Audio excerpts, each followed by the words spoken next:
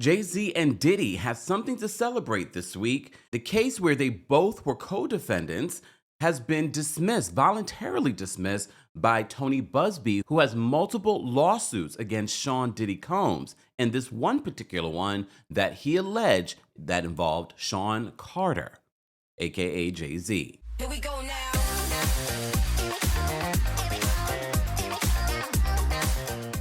Welcome back to the Kempire channel, your number one source for pop culture news and music, entertainment, reality TV, and so much more. As always, be sure to like this video, subscribe to the channel, and hit that notification bell so you never miss out on breaking news when we go live or when we upload. New York City, don't forget the Kempire After Dark live experience is returning this Friday to the Green Room 42. Get your tickets. There's also a live stream ticket available as well. More information will be available in the description. I'm sure we'll be talking about the Diddler, Jay-Z, Housewives, and so much more. When I was in London for the Kempire After Dark live show, this news story broke that Jay-Z was the unnamed celebrity that was named, revealed in an update to this lawsuit, as one of the people, along with Shawn Diddy Combs, that SA'd a 13-year-old girl. She was 13 at the time. She's now in her 30s. It's been a back and forth in a way that we've never seen with Jay-Z or Beyonce in the public arena. And Jay-Z was using his Rock Nation account, which he is doing now in response to this new update in regards to the lawsuit being dismissed. But there was a lot of back and forth, and we were like, is Jay-Z on social media going back and forth with Tony Busby, who has apparently 120-something victims that he's representing? He's filed multiple lawsuits week after week, but this lawsuit was originally filed back in October of last year, but they did not name Jay-Z, and that's probably because Tony Busby had been in communication with Jay-Z, trying to figure out some sort of settlement, conversation, mediation. We don't know. We know because they were spilling that tea on social media. However, Jay-Z came out with guns a-blazing. And at one particular point, the judge reprimanded Jay-Z and his attorney for how they were handling this and trying to use the court system to get things done as quickly as possible, probably as possible as Jay-Z's normally used to. But the judge was like, no, you're not going to do that here. Well, I think this is so important, and we don't get to necessarily do follow-ups on every single story that we cover, but it was necessary for us to do a follow-up on this one because a lot of the times, and I'm sure this video in comparison to the original videos that we did on this probably won't get as much news, which is an ode to us as a community that watches this stuff. We should be watching the full story. We should be giving the same amount of attention that we gave to the salaciousness of the initial story to the resolution.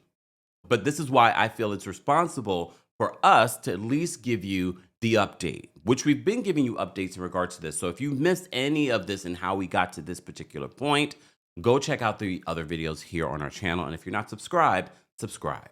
So our friends over at US Today give us the update, and then I'm going to read to you Jay-Z's response that he posted on social media. So US Today says, a woman who sued Jay-Z and Shawn Diddy Combs for allegedly SAing her as a teenager more than 2 decades ago has dropped her lawsuit. According to a notice of voluntary dismissal filed in New York federal court and reviewed by US Today Friday, Jane Doe dismissed the case, quote, with prejudice. And we've learned, what does that mean? Meaning it cannot be refiled in the future. Doe initially only named Combs in her October lawsuit. Then on December 8th, she amended the complaint to include Jay-Z born Shawn Carter as a defendant. She alleged that the two rappers drugged and art her at an after party following the MTV Video Music Awards in September of 2000. She also claimed another unnamed celebrity stood by and watched as Combs and Carter took turns SAing her. In a statement shared with US Today Friday, Jay-Z's attorney Alex Spiro said, the false case against Jay-Z that never should have been brought has been dismissed with prejudice. By standing up in the face of heinous and false allegations, Jay has done what few can. He pushed back, he never settled. He never paid one red penny. He triumphed and cleared his name. Combs' attorney told US Today that today's complete dismissal without settlement by the 1-800 attorney is yet another confirmation that these lawsuits are built on falsehoods, not facts. Lawyers, feel free to weigh in. Because of this voluntary dismissal, will this hurt other cases represented by Tony Buzbee against Shawn Diddy Combs? They say 1-800-ATTORNEY refers to the phone number Buzbee shared for the potential victims to contact him when he announced in an October press conference that he would be representing more than 100 alleged victims of Combs' SAN assault. For months, we have seen case after case filed by individuals hiding behind anonymity, pushed forward by an attorney more focused on media headlines than legal merit, Combs' attorney continued in their statement. Just like this claim, the others will fall apart because there is no truth to them. The statement concluded that Shawn Combs has never SA'd or trafficked anyone, man or woman, adult or minor. No number of lawsuits, sensationalized allegations, or media theatrics will continue that reality. We will continue to fight these baseless claims and hold those responsible. This is just the first of many that will hold up in a court of law. When reached out by US Today, Jane Doe's attorney, Tony Buzbee, declined to comment. But as you may recall, back in a statement to NBC News, Tony Buzbee at the time defending the lawsuit said that Jane Doe's case was referred to our firm by another who vetted it prior to sending it to us. And his client remains fiercely adamant that what she has stated is true to the best of her memory. As you know, she did an interview confirming that there may be some inconsistencies, but she's still standing by her lawsuit. So what has Jay-Z said in regards to this lawsuit? Okay, so first, Jay-Z shared the legal docs on the Roc Nation account. If I was a Roc Nation client, I would like, why are we mixing business and I get it, it's his business, but at the same time, why? And Jay-Z apparently doesn't want to post this on his own personal other social media. I don't even know if I believe he does have an Instagram account. So I'm not sure why he's sharing it on Roc Nation, but okay. I think Roc Nation was also tied up in any of this. But if I was a Roc Nation client, I would not like the fact that our boss is using this account that's used to promote business and, let's say, my brand with this. But this is good news, I guess. In the court docs, it just lets us know that it says, pursuant to rule of the Federal Rules of Civil Procedure, plaintiff Jane Doe, by and through her undersigned counsel, here gives notice that the above captioned action is voluntarily dismissed with prejudice. Counsel for plaintiff have discussed this matter with counsel for each defendant who acknowledge and consent to this submission. And this was done on Valentine's Day yesterday. Jay-Z, in a statement on the same social media, says this: today is a victory. The frivolous, fictitious, and appalling allegations have been dismissed. This civil suit was without merit and never going anywhere.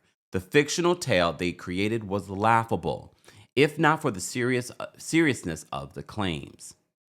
I would not wish this experience on anyone. The trauma that my wife, Beyonce, my children, loved ones, and I have endured can never be dismissed. This 1-800 lawyer gets to file a suit hiding behind Jane Doe, and when they quickly realize that the money grab is going to fail, they get to walk away with no repercussions. The system has failed.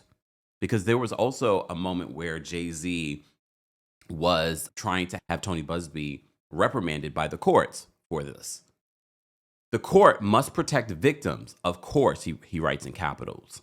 While with the same ethical responsibility, the court must protect the innocent from being accused without a shred of evidence. May the truth prevail for all victims and those falsely accused equally. Shawn Carter. So this ends well for Shawn Carter, but as you know, Shawn Diddy Combs has a federal case and still in the Metropolitan Detention Center awaiting trial in May. But that's not stopping him from suing. He's suing Peacock for their Diddy documentary. It's not the same documentary that we recapped and talked about that was featured on the ID channel. So Shawn Diddy Combs is suing Peacock for $100 million. According to E! Online, they said the Bad Boys founder filed a lawsuit against NBC Universal seeking $100 million after Peacock, the streaming service owned by the media company, released the documentary Diddy, The Making of a Bad Boy, according to docs obtained by E! News on February 12. In the filing, Combs, who's currently in jail on trafficking and racketeering charges, accused NBC Universal of defamation and alleged that the company, quote, maliciously and recklessly broadcasted the documentary, which included claims that the rapper committed crimes like the serial NSA of minors without having a shred of evidence. So this lawsuit being dismissed, I'm assuming, also helps Diddy's case. In making and broadcasting these falsehoods, among others, the filing read, defendants seek only to capitalize on the public's appetite for scandal without any regard for the truth at the expense of Mr. Combs' right for a fair trial. In particular, Combs alleged that the documentary released on Peacock on January 14th implied that he took the life of his ex, Kim Porter, who died back in 2018 at the age of 47. Kim, who dated the I'll Be Missing You artist on and off for over a decade before they split in 2007, shares a son, King, who's 26, as well as 18-year-old twin daughters, Delilah and Jessie, with Combs. The documentary maliciously accuses Mr. Combs of taking the life of the love of his life and mother to his children, Kimberly Porter, despite the fact that the LA coroner's office have confirmed that her death was from natural causes and that there's never been any evidence of foul play. The documentary advances that the false narrative that it cannot be a coincidence that Miss Porter and others in Mr. Combs' orbit have died in a malicious attempt to insinuate that Mr. Combs took their lives. Kim's cause of death was officially determined in 2019 to be lobar pneumonia, with the manner of death being natural, according to the Los Angeles County Department of Medical Examiner coroner. And we know, I'm sure you've seen all the conspiracy theories. We're going to stick to what the paperwork is saying. E! News reached out to NBC and Peacock for comment on the lawsuit, but has not heard back. Combs' suit against NBC isn't the only legal battle he's facing as of late. The 55-year-old is currently awaiting trial for May 5th on federal charges of a variety of racketeering and trafficking. This is going to be an interesting time. As you also know, Mayor Eric Adams here in New York City, his federal charges have been dismissed, and people are wondering what exactly did he trade for that to happen after a visit at Mar-a-Lago just a few weeks ago.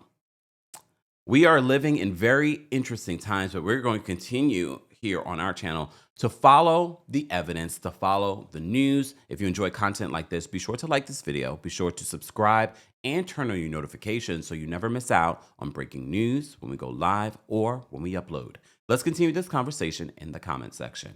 Thanks for watching. Here we go now.